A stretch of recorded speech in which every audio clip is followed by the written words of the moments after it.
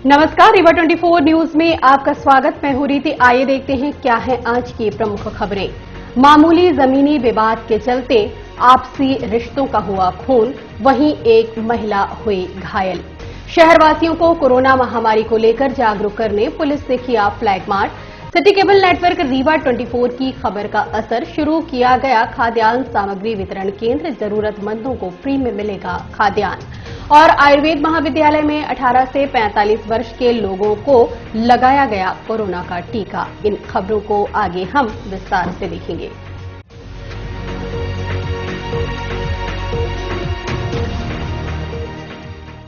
जमीनी विवाद के चलते भाई ने भाई को उतारा मौत के घाट। साथ ही छोटे भाई की पत्नी पर भी घातक प्रहार किया, आरोपी गिरफ्तार।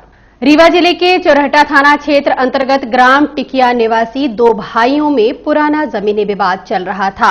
आज रामजस कुशवाहा द्वारा बबूल का पेड़ काटा जा रहा था, जिस पर रामदास कुशवाहा द्वारा रोकने का प्रयास किया गया तो आरोपी रामजस अंदर से तलवार लेकर आया और रामदास के ऊपर तलवार से हमला कर दिया। वहीं बीच बचाव करने मौके पर रामदास की पत्नी पहुंची तो उसके ऊपर भी घातक प्रहार किया, जिसके चलते पत्नी को गंभीर अवस्था में संजय गांधी अस्पताल में उपचार हेतु भर्ती कराया गया। पुलिस द्वारा आरोपी के खिलाफ मामला पंजीबद्ध किया गया है। वहीं घटना के बाद पुलिस द्वारा आरोपी को गिरफ्तार कर लिया गया। घटित नहीं होनी चाहिए। भाई भाई का विवाद था। एक भाई पिता के साथ रहता था और सामने से पेड़, बारिश में पेड़ की डगाल टूटी। डगाल को लेके सामान्य सा विवाद हुआ और उसने पहले महिला को मारा। महिला को बचाने आए ससुर को चोटें पहुंचाई, जिससे ससुर की मौके पर मौत हो गई। आरोपी पुत्र को गिरफ्तार कर लिया गया है। उसकी भयाहू जो है उसका इलाज SGMH में चल रहा है। आरोपी को हिरासत में लेकर पूछताछ की जा रही है। उन्होंने कहा घर न बनाइए, नहीं काट जा रहा कोई बोटी बोटी। बहुत बार हमारे बाबा जी को मारे हैं, मोगरी मारे। कई बार उनका थाना चौराहा केस चुन चुका, जहां तक उनकी धारा भी लगा चुकी। वो जेल में भी थे, फिर से आ गए। उन्होंने नहीं माना। तब आज ऐसे कई बार हो चुकी है। जब हमारे आज आधी पानी आया, एक डेरा टूट गई, एक डेरा उनके उधर हो गई, हम लोग टाल लिए, कुछ नहीं बोले। एक भी बमूर काट रहे थे, जब बमूर काटे उधर हम बोले मत काटो, कुछ नहीं बोले। अंदर से निकले डायरेक्ट तलवार लेकर। हमारी मम्मी बर्तन धो रही थी, डायरेक्ट निकले आए तो भट्ट से मारे। एक तलवार गिरे पर मम्मी भागी तो अंदर तक को नहीं पहुंच पाई। तभी हमारे पापा उधर पहले ही आकर वो कहीं उधर से आ रहा हुए, तब इतने मुँह आए के मारे दिहिस। ये आए कि एक तलवार में मम्मी कहा बाबा कहा या ना कर रहा दे। टिकिया गाँव की है, ये 6:30 बजे की बात है। कौन सा थाना लगता है? थाना चौराहा लगता है। मारने वाले कौन थे? मारने वाले वे रामदास कुशवाहा, बड़े पापा हमारे बड़े हुए। हम अपने पिताजी को रामदास को मारे हैं, अपने भैया मतलब रामवती जी को, हमारी मम्मी को मारे हैं। विवाद कुछ नहीं था। विवाद ये था, उनका ये मकसद था, आज नहीं बहुत पुराना विवाद था। ये बोलते रहे हम घर न बनाइए, नहीं बनाओगे न बनाओगे न बनाओगे, ये नहीं माने। हो गए तो भी हम लोग सोचे अलग से उनके, जब अपने बना रहे थे 1/2 में तब बनाए तो 5 हाथ उनका छोड़ दिए अपना। 1/2 से 5 हाथ अपना छोड़े थे, मगर तो भी उन्होंने नहीं माना। आज वे अचानक तलवार एक दिन तलवार टेबर रही थी, हम लोग क्या जाने ऐसे मार। थाने में उनके खिलाफ बहुत, अपने माता जी को भी मारे थे। माता जी की डेथ हो गई है। पर साल यही तारीख को 17 तारीख को डेथ हुई थी, 17 यही महीने में, ठीक है। और डेथ हुई। और इस बार इस बब्बा को भी मारे। बोले थे साल भर के अंदर यदि तो ही न मार डालो की कौन बात है। कोरोना महामारी के बढ़ते प्रकोप को ध्यान में रखते हुए रीवा पुलिस अधीक्षक के निर्देश व अतिरिक्त पुलिस अधीक्षक के नेतृत्व में फ्लैग मार्च निकालते हुए आम जनमानस को किया गया जागरूक। सारे देश सहित रीवा में भी कोरोना संक्रमण लगातार बढ़ता ही जा रहा है, जिसको देखते हुए पुलिस अधीक्षक राकेश सिंह के निर्देश व अतिरिक्त पुलिस अधीक्षक विजय डाबर के नेतृत्व में समस्त थाना प्रभारी व पुलिस बल की मौजूदगी में रीवा कंट्रोल रूम से फ्लैग मार्च शुरू किया गया, जो शहर की तंग गलियों, चौराहों व मोहल्ले से होता हुआ पुनः कंट्रोल रूम पहुंचा। इस शांतिपूर्ण फ्लैग मार्च के दौरान शहरवासियों से पुलिस अमले ने निवेदन किया है कि मास्क का उपयोग करें, सोशल डिस्टेंसिंग का पालन करें, समय समय पर हाथ धोएं, कोरोना कर्फ्यू का पालन करते हुए घर पर रहें, सावधान और सुरक्षित रहें। आप शहरवासियों के सहयोग से ही इस घातक महामारी की चैन तोड़ी जा सकती है। इसलिए पुलिस व प्रशासन का सहयोग करते हुए नियमों का पालन करें।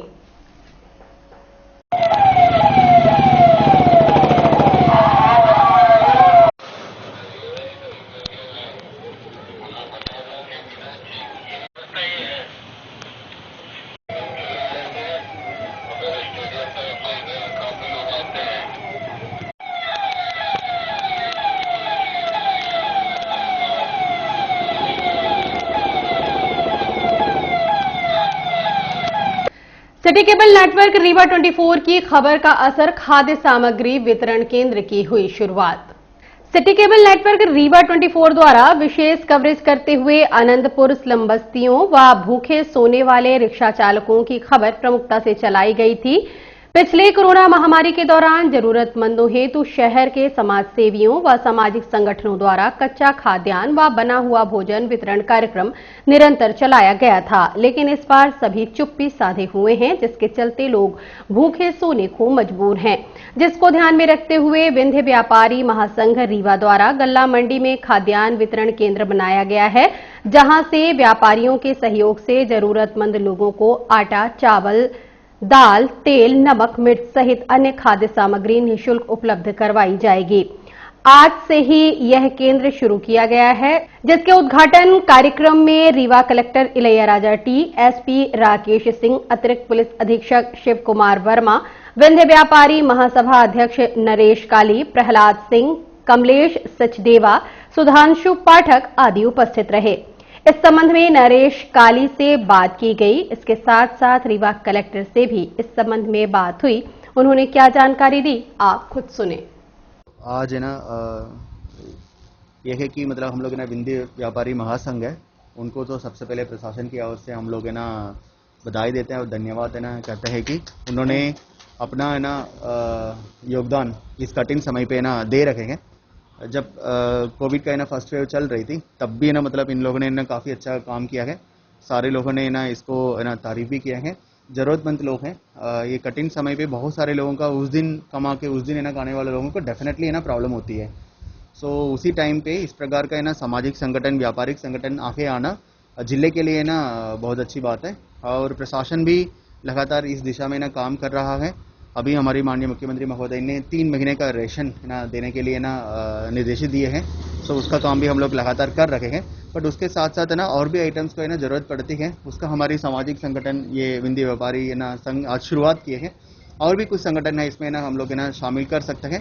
प्रशासन की रोल ये रहेगा कि इन सारे लोगों का हम ये कंट्रोल रूम एस्टैब्लिश करें। किसी का भी मदद चाहिए वो है ना उस नंबर पे कॉल करे, या फिर ऐसे सामाजिक संगठन है किनको है ना मदद चाहिए उनको पहचाने। सो एक ब्रिज रूप से हम लोग है ना काम करें। अदरवाइज रीवा में लगातार हम लोग देखने के लिए मिल रहा है कि जैसे कोविड-2 है, हम लोग है ना काफ़ी खुद तक नियंत्रण किए हैं।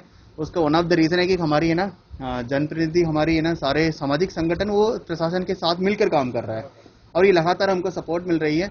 इवन आपको भी पता है ऑक्सीजन प्लांट जब शुरू हुआ था, आई थिंक 89 लाख इमीडिएटली 2 दिन के अंदर है ना सारे लोगों ने मिल करके मतलब उसको तत्काल लेना शुरू कराए थे। सो जब है ना प्रशासन और सामाजिक संगठन सभी लोग मिल के काम करेंगे तो डेफिनेटली हम लोग है ना इस स्थिति को और अच्छी नियंत्रण में ला सकते हैं। और थोड़ी बहुत है ना परेशानी लॉकडाउन के माध्यम से होता है लोगों का, उसको भी है ना हम लोग राहत दे सकते हैं। कैसे मिली? सर हम लोग अगले साल जैसे किए थे, विधायक रीवा के राजेंद्र शुक्ला द्वारा हम लोग को प्रेरणा दी गई थी, तो अगले बार हमने हजारों माल बांटा था। इस बार कोविड थोड़ा ज़्यादा वो था वायरस, तो हम लोगों को 20-25 दिन तो भय था, पर कुछ दिनों से जैसे तेज 20 में 24 में तेज खबर में आ रही थी कि बेचारे गरीब लोग अब भूखों की स्थिति में हैं, तो ये असर हम लोगों व्यापारियों को पड़ा। तो इसी वजह से हम लोगों ने शुरुआत कर दी है और मैं सबसे बड़े प्राथमिकता इनको दूंगा, जो हमारे चैनल वाले हैं 24 वाले, तेज खबर वाले, उनके जरिए उन गरीबों तक खाना पहुंचाएं और आगे बढ़ें हम लोग। सर जैसे आपके मतलब आपकी नजरों से दूर रह जाते हैं, जैसे ये रिक्शा वाले हो गए, रात को पुल के ऊपर सोते नजर आते हैं, भूखे पेट हैं, ये इस बार कोई भी मतलब कई सामाजिक सेवी जो पिछली बार बात है इस बार नहीं हो रहा, तो उन तक क्या पहुंच पाएंगे? मैं आप लोगों से सहयोग चाहता हूं। आप लोग दिन भर बाजार में रहते हैं, कौन गरीब कौन भूखा है, मैं आपसे सहयोग लेके उन तक पहुंचने की कोशिश करूंगा। मैं चाहता हूं तेज खबर 24 हमारी मदद करें, बांटने वालों में तक पहुंचाएं और हम लोग उसकी मदद करेंगे।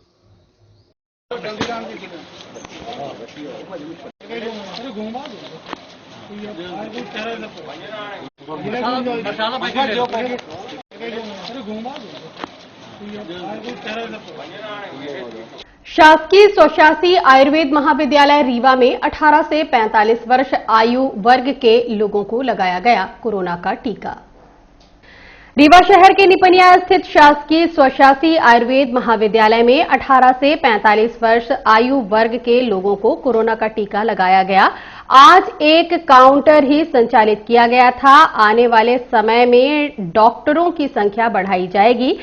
सही जानकारी के बाद लोगों में जागरूकता आई है और युवा वर्ग टीकाकरण कार्यक्रम में बढ़ चढ़कर हिस्सा लेते हुए टीकाकरण केंद्र जाकर वैक्सीनेशन करवा रहे हैं। आज के टीकाकरण कार्यक्रम में 125 लोगों के टीकाकरण का लक्ष्य रखा गया था। ये जानकारी दीपक कुलश्रेष्ठ द्वारा दी गई। जिला प्रशासन के द्वारा आज से हमारे महाविद्यालय में स्थित वैक्सीनेशन सेंटर में भी 18 प्लस 45 प्लस का तो पहले चल रहा था, 18 प्लस का आज से प्रारंभ हुआ है, जिसमें काफी संख्या में लोग आए हुए हैं। आज हमारे केंद्र का निरीक्षण कलेक्टर साहब ने भी किया, कुछ असंतुष्टि उन्होंने जाहिर करी, तो व्यवस्था जो उन्होंने कमी बताई वो व्यवस्था हम पूरी करने की कोशिश कर रहे हैं। और कल से एक दूसरे केंद्र पर वही हमारे कैंपस में दूसरे केंद्र पर उसकी व्यवस्था की जा रही है, जहाँ की आज से बेहतर व्यवस्था हम कल से प्रारंभ करेंगे। अभी सर कितने काउंटर संचालित है अपने वैक्सीन? अभी देखिए काउंटर संचालित, कल से काउंटर बढ़ा सकते हैं। और ये व्यवस्था जिला प्रशासन की है या सीएमओ साहब की है, तो जितने आदमी बैठा कल हम थोड़ा जगह ज्यादा व्यवस्था करेंगे तो उसमें हो सकता है कि 2 काउंटर बन जाए। सर कितने लोग वैक्सीनेशन करा रहे हैं? देखा जा रहा है भीड़ भी है, तो कितना क्या मानते हैं लोगों में उत्साह है वैक्सीनेशन के प्रति? हाँ, अब धीरे धीरे लोगों को सही जानकारी प्राप्त हो रही है कि इसके फायदे क्या हैं। तो इस हिसाब से 18 प्लस वालों जो बच्चे हैं हमारे, जो युवा वर्ग है, उनमें जागरूकता आई है और वो अधिक से अधिक संख्या में पहुंच रहे हैं।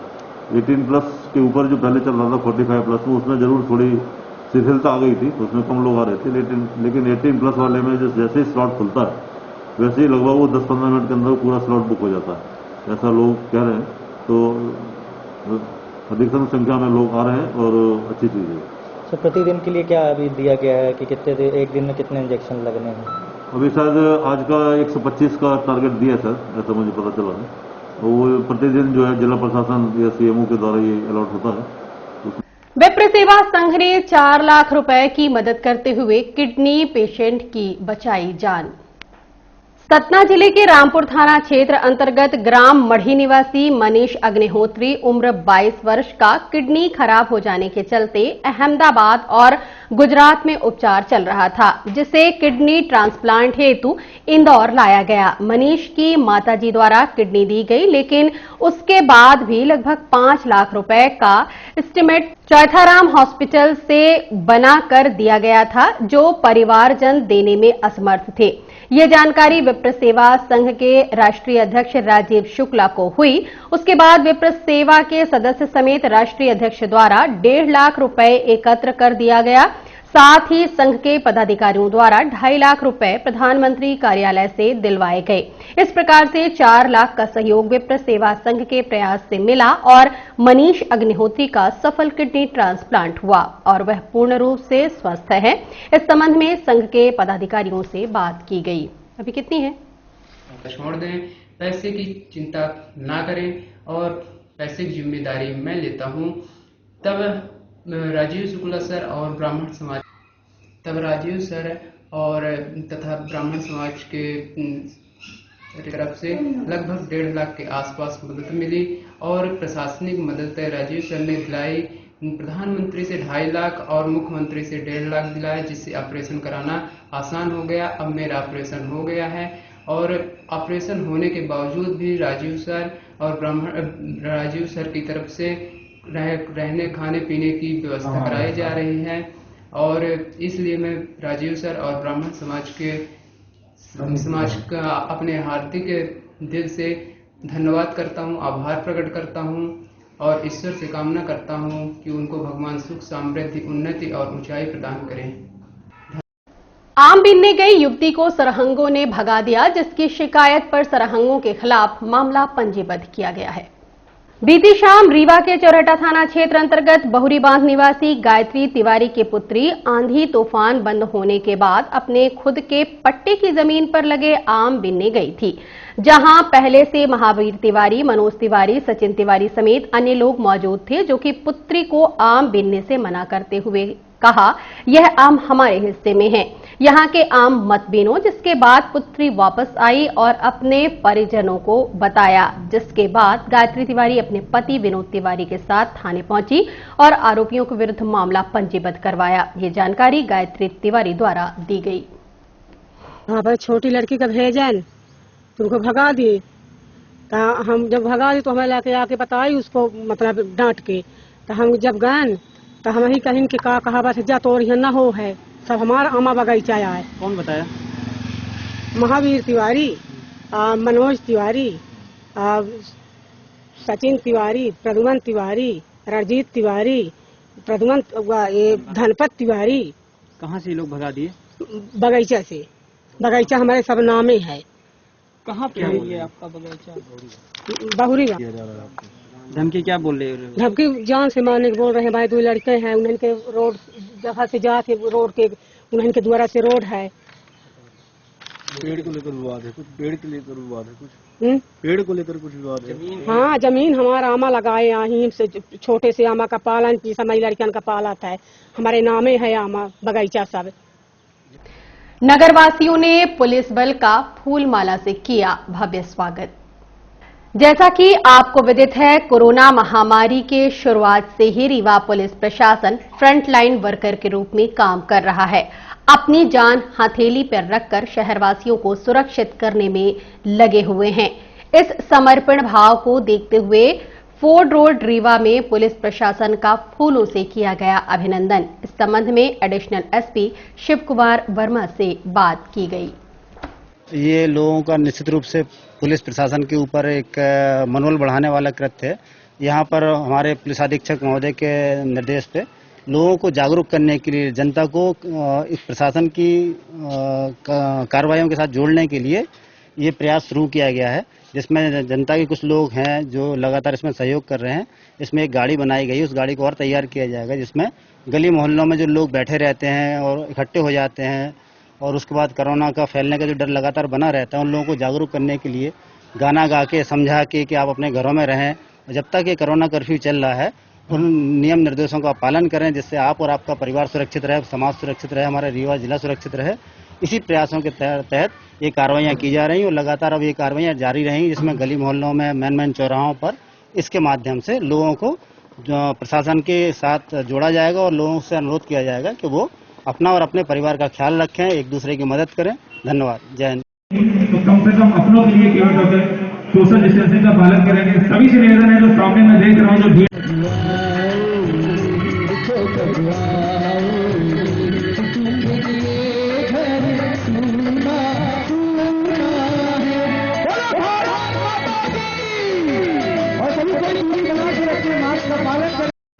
और हम मिलते एक छोटे से ब्रेक के बाद। हड्डी जोड़ एवं रीढ़ रोग तथा स्त्री रोग एवं प्रसूति रोग का इलाज एक ही छत के नीचे। विघ्नहर्ता hospital and trauma centre, hotel landmark के पास, रतहरा, रीवा। डॉक्टर संतोष सोनी, पूर्व चिकित्सक, बॉम्बे हॉस्पिटल, मुंबई। हड्डी जोड़ एवं रीढ़ रोग विशेषज्ञ, छोटे चीरे एवं दूरबीन विधि द्वारा हाथ तथा पैर की हड्डियों का ऑपरेशन। गठियाबात, जटिल एवं बिगड़े हुए फ्रैक्चर का बेहतर इलाज करते हैं डॉक्टर संतोष सोनी। विघ्नहर्ता हॉस्पिटल ट्रॉमा सेंटर में ही स्त्री एवं प्रसूत रोग विशेषज्ञ डॉक्टर शैलजा सोनी भी उपलब्ध हैं, जिनकी देखरेख में नॉर्मल डिलीवरी, सिजेरियन ऑपरेशन एवं बच्चेदानी से संबंधित ऑपरेशन की बेहतर सुविधा। संतानहीन दंपत्ति तत्काल संपर्क करें। विघ्नहर्ता hospital and trauma centre, hotel landmark के पास, रतहरा, रीवा। सुविधाजनक एवं सफल इलाज हेतु आज ही संपर्क करें। विघ्नहर्ता hospital and trauma centre, hotel landmark के पास, रतहरा, रीवा। मोबाइल नंबर 7828781983 अथवा 8462956774 पर।